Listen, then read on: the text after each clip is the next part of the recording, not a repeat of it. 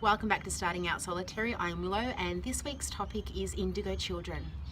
The concept of indigo children was coined by a lady named Nancy Ann Tappy, and her synesthesia was the ability to taste shapes and also see life colours. In other words, colour in the auras of all living things.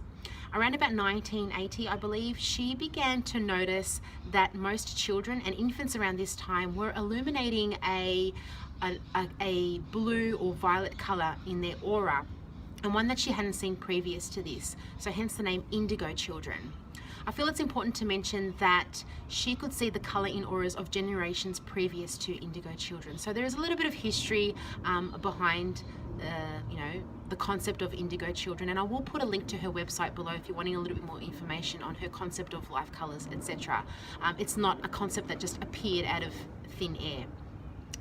Generally, in a nutshell, the purpose of indigo children are that they have come to Earth with a higher awareness, personal characteristic traits, and to question authority, rules and regulation, and to make a change or have a positive global impact and make a positive change.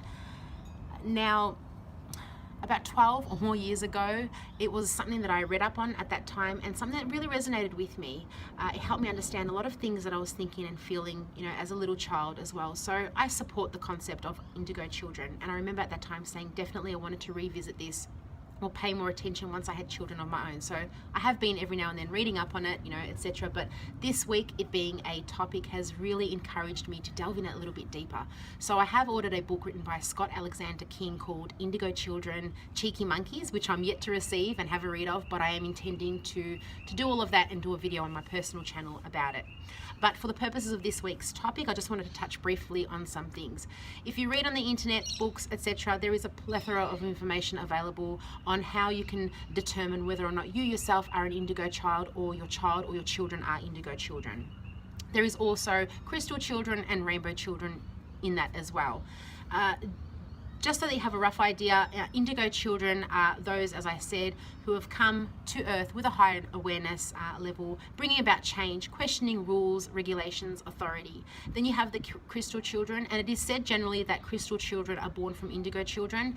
Crystal children are again, higher awareness, bringing about that change, so supporting that new positive change. And then you've got rainbow children, who are said to also have been born from crystal children, that support again and implement all the changes and that love and etc. I guess we as humans love to categorize things, and it makes it kind of easier for us to understand a little bit better. But I honestly feel that we all are indigo children, crystal children or rainbow children. We can show characteristics more of rainbow children or indigo children or what have you, but I feel that at the end of the day, we are all children. We all starseed children in some way, and that our purpose here is to have a positive effect on, globally, so to speak. Also to that, we also have an individual life purpose, things that we need to learn about, for example, being more compassionate, more understanding, the list goes on there as well. For me, at a time or a point in my life, I really struggled with life purpose because I was coming at it from the perception that whatever I chose in my career, because I knew that I wanted to make a positive change or have a positive impact, but I thought that it was in choice in career. Financial situation, life circumstances as well. I was placing a lot of limitations on myself through all of that, and not really looking at it from a bigger perspective. And I'm just holding my camera because it's a bit windy. I'm not looking at it, from a bigger perspective. I've come to understand since then that my personal life experiences can help one or two other individuals along the way, those who I meet in some way, or it may affect multiple on a much bigger, grander scale. That I don't know. I was really surprised the other day when a friend of mine, we're not that close, as in we don't see each other that often, contacted me and said, that a little bit of time that we spent together really helped me what I was going through. So I had no idea that I affected her in a positive way. So that's just a little example. When we're placing limitations on ourselves materialistically, such as money and things that we have, things that we don't have, we are again placing limitations on our life purpose and the positivity that we can bring about. I watched a documentary, and it should be available still on YouTube, a while ago. I think it was called Indigo Children Documentary or something like that.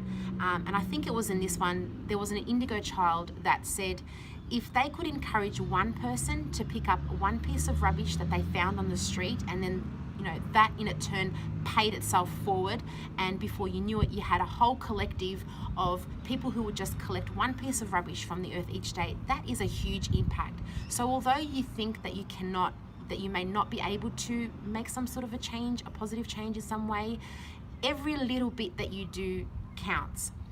Then there's also talk about, Indigo children don't like being locked up or caged in, an office environment and what have you.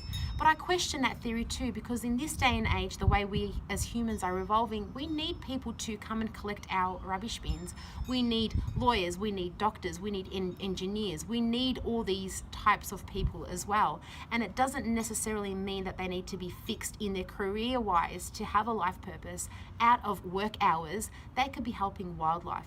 They could be helping entertaining, sick children, or organizing things that people are donating and spreading, that love around, whatever. It's all endless. The possibilities are endless.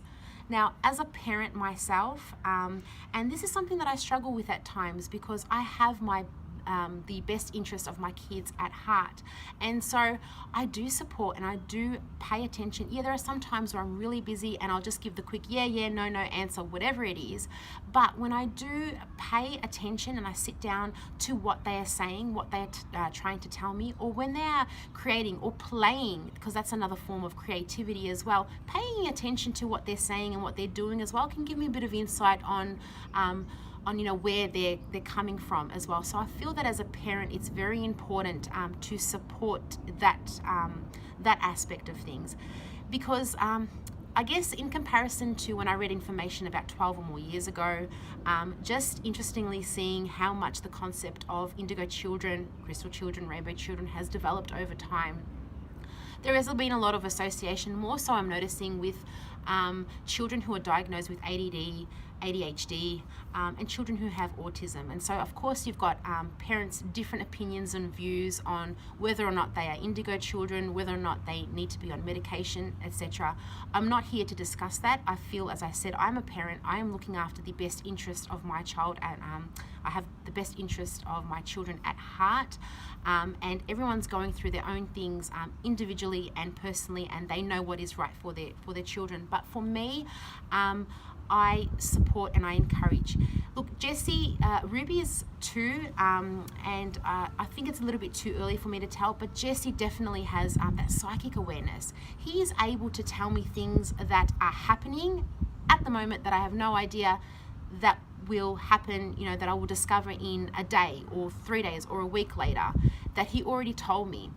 One example is a very close family member of ours. He spoke about this person throughout the day for a period of about 3 days. And I remember Nick coming home from work, and I said, can you check up on this person, because Jessie's been saying that he's really sad, that he's not well, all that kind of stuff. So I'm just holding my camera because it's a little bit windy. So Nick rang this person, and this person said that they were fine. And Nick said, yeah, he's fine, And anyway, probably about 2 weeks after that, this person sent everyone a text message saying that he was going through some things, not depression, but he needed to work through some things, and so that if we were going to message him or ring him, that there may be a delay, or he may not even respond or get back to us. So that it was good in itself, because he told us that he was there, he was going through things, so we gave him his personal space that he needed. And B, we came to realize months after, when he was able to talk about it, that he was diagnosed with cancer and he had to have a procedure done, and he's all fine now, whatever. But that was also another thing that Jessie would say in amongst those 3 days about him, that his feelings are, but he's going to be okay. So there's been a lot of that going on. Another thing is, and I videoed him while he was playing a few months ago, he shared some information about a friend of mine whom Jessie hasn't been to their house, and what they had there, and it was of special significance too. And we were both amazed that it's just an amazing thing when you hear a child speak you know, about these sorts of things, and you know, they are in fact real. Yes, at times he will describe things to the best of his ability for his age appropriateness, if you like, but in hindsight, when you have a look at the certain thing, it makes complete sense. Jesse also sees, generally he describes them as fairies, blue, green and pink. Occasionally he'll say that they're angels. So just paying attention to all of that and supporting it and encouraging it at the same time. And I know some parents think it's walking that fine line of supporting the creative imagination, you know, or not, or what have you. But, you know, what is creative imagination? Look how far we've come and evolved as human beings over time, and no doubt I feel that that's as a result of the creative imagination that children have. What else did I want to say? This is what I always bring my mind to when I'm parenting, because I do struggle with, you know, as I said, that fine line, but I see it as this. A lot of people have said to me, even I myself can see it in Jesse, that he is an old soul, and his soul, I feel, is actually older than mine. And so for me, it's about respecting his soul, whether or not it's an old soul, whether or not it's a young soul. It's a soul, respecting his soul. But at the same time, he is in that old soul is in a body of a 3-year-old. So developmentally, and things that he's learning about life as well, I need to be there as a parent to encourage and support him as he's learning and growing too. And I feel it's very important for me to say that as well. And at times, yeah, I want him to learn the cause and effect of actions, things that are acceptable, things that aren't acceptable, but also allowing him that little bit of freedom wherever I can to experience it for himself. And there was a situation this morning that happened that I won't even get into detail, but I definitely feel it's about supporting and nurturing their abilities, their innate abilities, in amongst all of that. As always, it feels like there was something else that I needed to say, and I'm a little bit disappointed because these next couple of weeks I'm really constricted or restricted time-wise.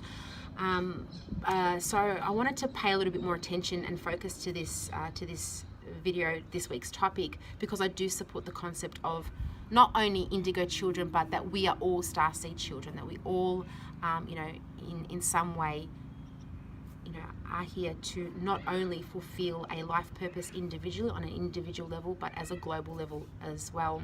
And look, some children may be born being higher aware of, you know, of everything, and some of us may realize that, you know, later on in some stage of our lives. But I feel that we all have the ability to tap into it. It's there, it's accessible for all of us. I would like to know your thoughts on this week's topic, and as I said, I'm going to do a video anyway on my personal channel in time to come about this, but I'd like to hear your opinion, on this week's topic. Until my next one, sending you so much love.